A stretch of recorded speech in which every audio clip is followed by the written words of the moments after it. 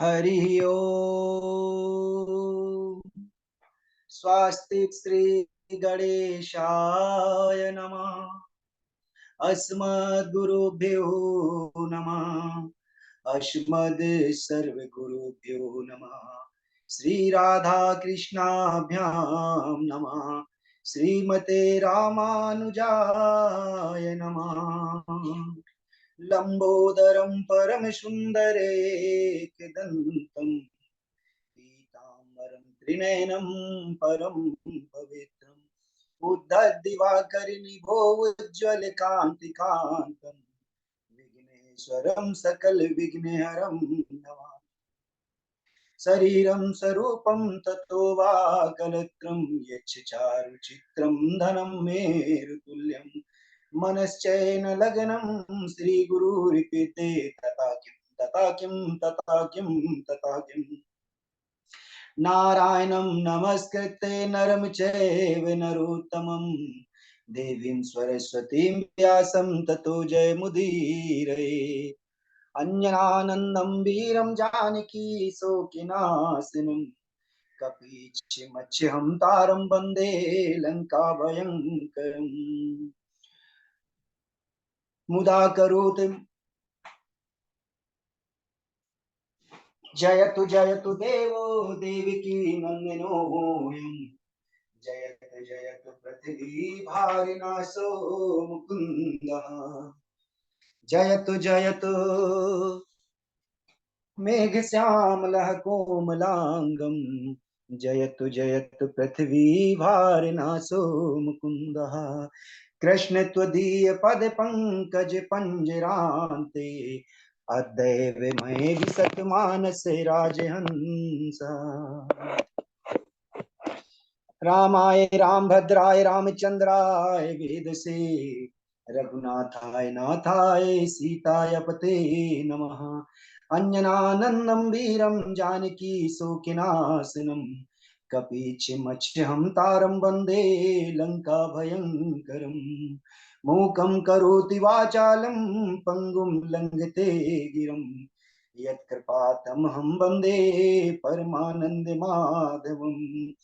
करारविंदे न पदारविंदम मुखारविंदे विनिवेशयन्तं वटस्य पत्रस्य पुटे शयानं बालं मुकुन्दं मनसा स्मरामि। आपदां पापहरितारां दातारां सर्वसंपदां लोकाभिरामं श्रीरामं भूयो भूयो नमाम्यहम्। भर्जनं भवबीजानाम् अर्चनं सुखितं पदां तर्जनं यमदूतानां राम रामेति गर्जनम्। भक्ति भक्ति भगवंत गुरु चतुर नाम अपेक इनके पद वंदन किए नासत विघ्न अनेक। राधा मेरी माते हैं पिता मेरो घन श्याम इन दोनों के चरणों में करूँ मैं कोटि कोटि प्रणाम। आए हो तो प्रेम से लो प्रभु का नाम सब भक्तों को नंद किशोर का जय जय श्री राधे श्याम जय जय श्री सीताराम। आइए आज हम सब लोग जो है पिछले दिनों सुखदेव भगवान जो है राजा परीक्षित को नरकों का वर्णन सुनाए और उन नरकों के बारे में जब राजा परीक्षित ने सुना तो बड़े भयभीत हो गए। उसी को हम याद करते हैं और अपने मन क्रम वचन और वाणी को शुद्ध करते हुए हम एक भगवान के भजन के साथ में आज का प्रसंग आजामिलो उपाख्यान आपको भगवान की आनंदमयी कथा का रसास्वादन करके हम अपने जीवन को मंगल करते हैं और दुखों को दूर करते हैं। चलिए एक श्लोक के माध्यम से हम स्तुति करते हैं और भजन करते हैं। सर्वे भवन्तु सुखिना सर्वे सन्तु निरामया सर्वे भद्राणि पश्यन्ति मा कश्चित् दुखी भाग् भवेत्। मेरा कोई ना सहारा बिन तेरे गोपाल संवरिया मेरे, मेरा कोई ना सहारा बिन तेरे। गोपाल संवरिया मेरे, गोपाल संवरिया मेरे, नंद लाल संवरिया मेरे, मेरा कोई ना सहारा बिन तेरे। गोपाल संवरिया मेरे, हरि आ जाओ, हरि आ जाओ, हरि आ जाओ, हरि आ जाओ। दर दर पे भटक रहा, 84 में भटक रहा, दर दर पे मैं भटक रहा, 84 में भटक रहा। काटो जन्म जन्म के फेरे, गोपाल संवरिया मेरे, मेरा कोई न सहारा बिन तेरे। नंदलाल संवरिया मेरे, हरि आ जाओ, हरि आ जाओ, हरि आ जाओ, हरि आ जाओ। मेरी नैया पार लगा जाओ, हरि आ जाओ, हरि आ जाओ। मेरा कोई न सहारा बिन तेरे, गोपाल संवरिया मेरे। तुम बिन मेरा कौन यहाँ, तुम बिन मेरा कौन यहाँ। जिया नहीं जाए नाथ तुम्हारे बिना, जिया नहीं जाए नाथ तुम्हारे बिना। अब बाह पकड़ लो मेरी, अब बाह पकड़ लो मेरी, गोपाल संवरिया मेरे, गोपाल संवरिया मेरे, मेरा कोई ना सहारा बिन तेरे। नंदलाल संवरिया मेरे, ओ गोपाल संवरिया मेरे। बोलिए श्री वृंदावन बांके बिहारी लाल की जय, श्री श्री हनुमान जी महाराज की जय, परम कल्याणी गौ माता की जय। अनंत कोटि ब्रह्मांड नायक अच्युतम, कल्प सात गुण गण निधान, सर्वेश्वर सर्वाधिपति, अकारण कारण करुणालय, अकारण कारण कारक, सकल जन कल्प साक्य हारक, परात्पर परम ब्रह्म अनंत कोटि सच्चिदानंद। भगवान के चरणों में दास का बारंबार प्रणाम। निर्गुण निराकार सगुर साकार, जगदैक बंधु करुणैक सिंधु, सच्चिदानंद घन परमात्मा श्री कृष्ण एवं श्री राधा जू के चरणार बिंदुओं में दास का कोटि कोटि प्रणाम। दूर दूर से आए हुए हमारी माताएं बहनें और भगनी बंधुओं के हृदय में विराजमान मेरे इष्ट देव भगवान को कोटि कोटि प्रणाम। संत समाज, ब्राह्मण समाज और आचार्य समाज को मेरा कोटि कोटि प्रणाम। उनसे प्रार्थना वह अपना स्थान ग्रहण करें, और स्थान देवता, वास देवता, नगर देवता, ग्रामीण देवता, उन सबको मेरा कोटि कोटि प्रणाम। उनसे प्रार्थना वह अपना स्थान ग्रहण करें। आए हनुमंत विराजिए, कथा करूं मति अनुसार, प्रेम सहित दीन धरूं, पधारिए पवन कुमार, पधारिए पवन कुमार। सिया राम मैं सब जग जानी, करहूं प्रणाम जोर जुग पानी। सिया राम मैं सब जग जानी, करहूं प्रणाम जोर जुग पानी।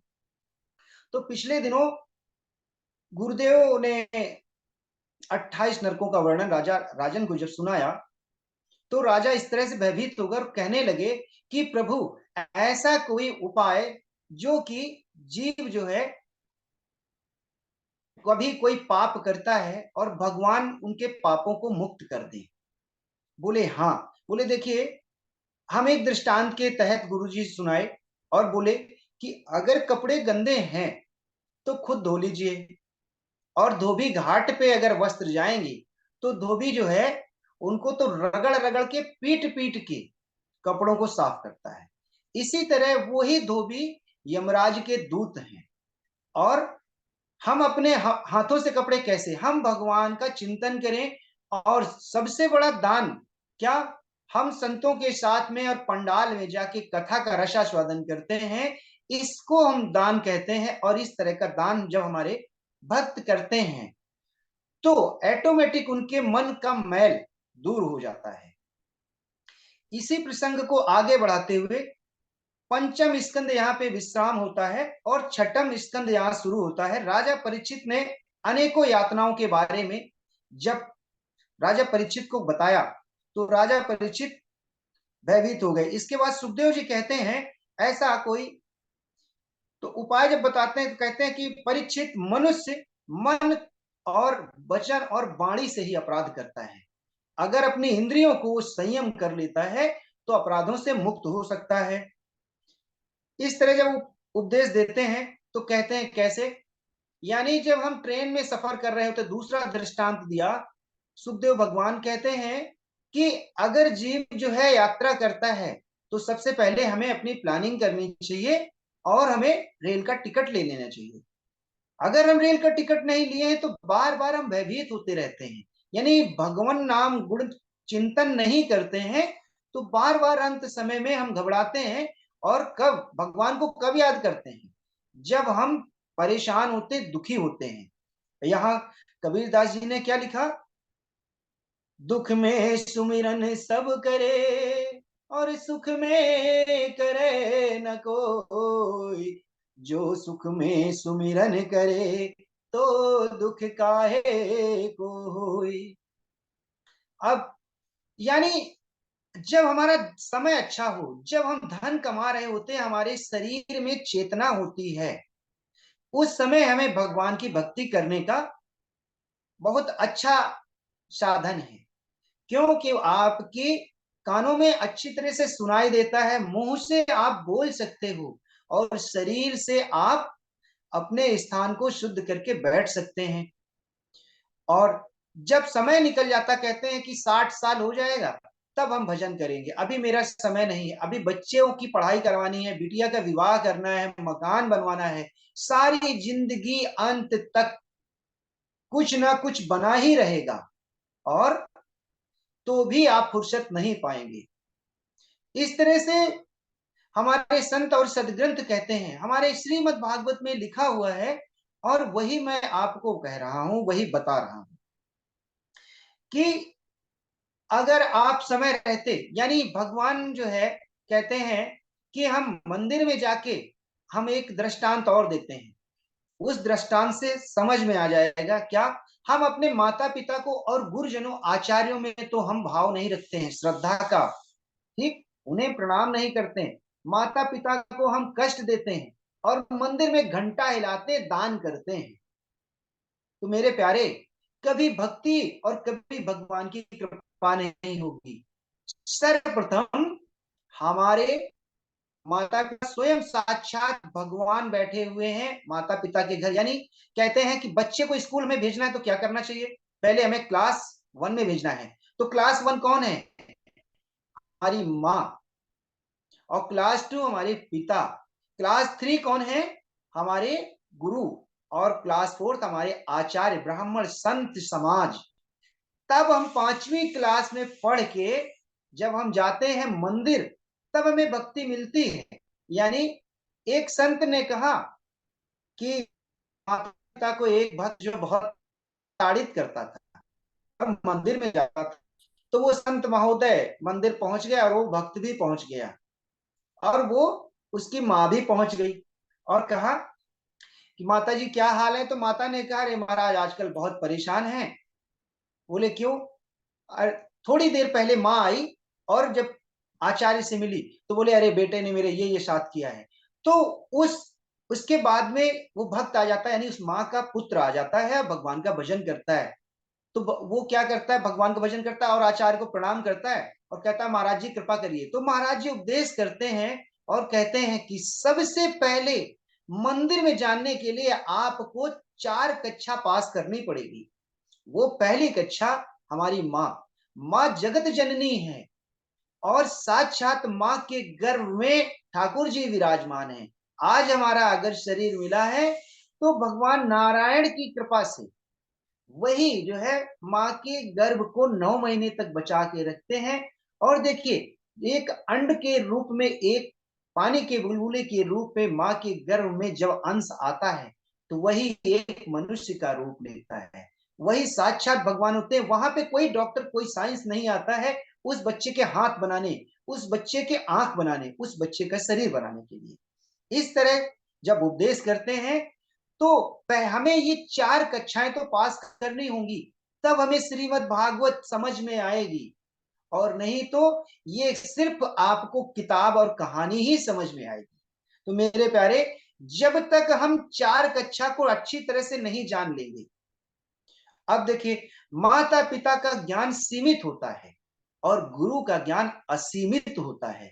जब हम गुरु की शरणागति ग्रहण करते हैं तो गुरु हमें भगवत प्रेम प्रदान करता है, और गुरु ही हमें, हमारे अंदर भक्ति और भगवान की प्राप्ति और भगवान का भाव जागरूक करता है।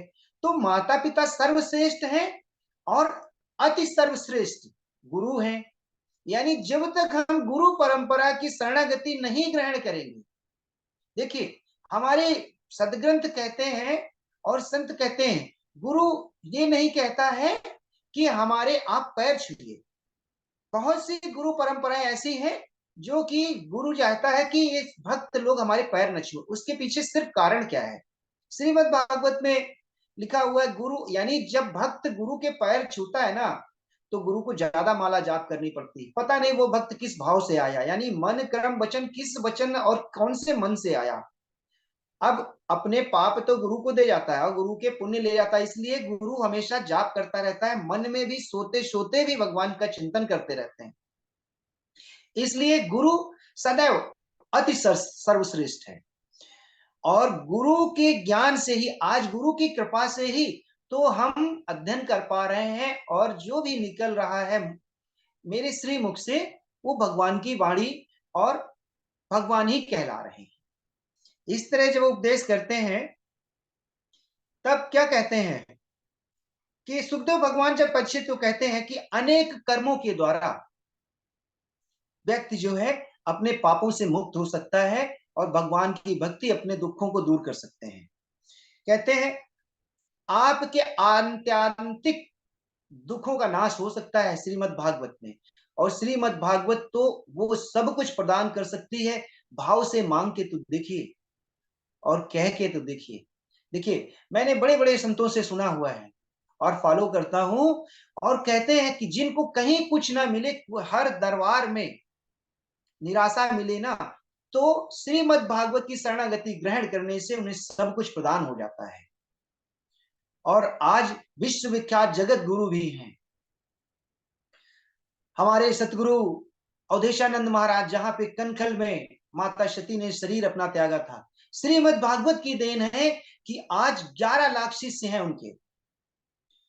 और ऐस क्या, सिर्फ श्रीमद् भागवत की कृपा से ही डेली अनुष्ठान होता है, डेली यज्ञ होता। कहते हैं, देखिए, पुराने जमाने क्या, हम 60 साल पहले चले जाते हैं तो हम अपने पूर्वजों को देखें, तो पूर्वज जब हमारी पीढ़ी में बैठ के भोजन करते थे तो सबसे पहले एक गौ ठंडे की आग से आग जलाते थे और 4 बार आचमन करते थे। आचमन करने के बाद में 5 ग्रास अन्न का जो है भोग लगाते थे, और वहीं से भोजन प्रसादी पाते थे। और जब तक हम आहुति यज्ञ करते हैं ना, तो यज्ञ नारायण प्रसन्न होते हैं, और वहीं से हमारे, और पुराने, आज संसार में कितने कष्ट हैं, हर प्राणी दुखी है, लेकिन पहले धन भी कम था लेकिन निरोगी काया थी। हम उन सत्कर्मों में चलते थे। और अब हम क्या करते हैं, हम हाईटेक हो गए हैं और मीडिया के थ्रू देखते हैं, हम दिखावे की दुनिया में जी रहे हैं, सच क्या है उस पे नहीं। इसी तरीके से हमें हमेशा और पंचदेवों की पूजा करनी चाहिए। नित्य सुबह जग के हम सूर्य को अर्घ दें और गायत्री मंत्र का हम 11 बार गायत्री मंत्र का हम जाप करते हैं। तो उस 11 बार गायत्री मंत्र के जाप से और भगवान सूर्य नारायण के 12 नामों को लेने से उस दिन के उसके कष्ट दूर हो जाते हैं। भगवान सूर्य नारायण जब हम ब्रह्म मुहूर्त में जगते हैं तो सबसे पहले निरोगी काया प्रदान होती है। इस तरह उपदेश करते हैं। फिर क्या कहते हैं कि जैसे सूर्य अनेकों कुहरों को नष्ट कर देता है, उसी तरीके से भगवान का नाम जो है हमारे दुखों को दूर कर देता है। और कैसे? सकृन्मना कृष्ण पदारविन्दयो निर्वेशितं तद्गुणैरागयैर्या न ते पास भृतस्य तद्भटान् स्वप्ने पश्यन्ति चीड़ निष्कृता। जिनके मन रूपी मधुर मधुर एक बार भी भगवान का चिंतन कर लेते हैं, भगवान के चरणार बिंदुओं का, तो यूं समझिए कि उनके दुख दूर ही होते हैं। अब कहते हैं कि जब भगवान का चिंतन करें, कहते हैं हम जीवन भर हम भगवान का जाप करते हैं और भगवान का चिंतन करते हैं, फिर भी हमका एक कष्ट क्यों होता है? इसके पीछे मेरे प्यारे एक ही कारण है। जिस समय आप चिंतन करते हैं तो उस समय तो भगवान आपके पास दुख नहीं होते हैं, और जैसे ही आप संसार में जाते हैं तो क्या करते हैं, आपने अपने नेत्रों से आपने किसी को देखा तो पाप शुरू हो गया, आपका किया हुआ पुण्य तत्काल क्षीण खत्म हो जाता है। इसी तरीके से कानों से हमने किसी की निंदा सुनी तो आपका किया हुआ पुण्य खत्म हो जाता है। और इसीलिए कहा जाता है कि बार बार जो है भगवान का जाप चिंतन करते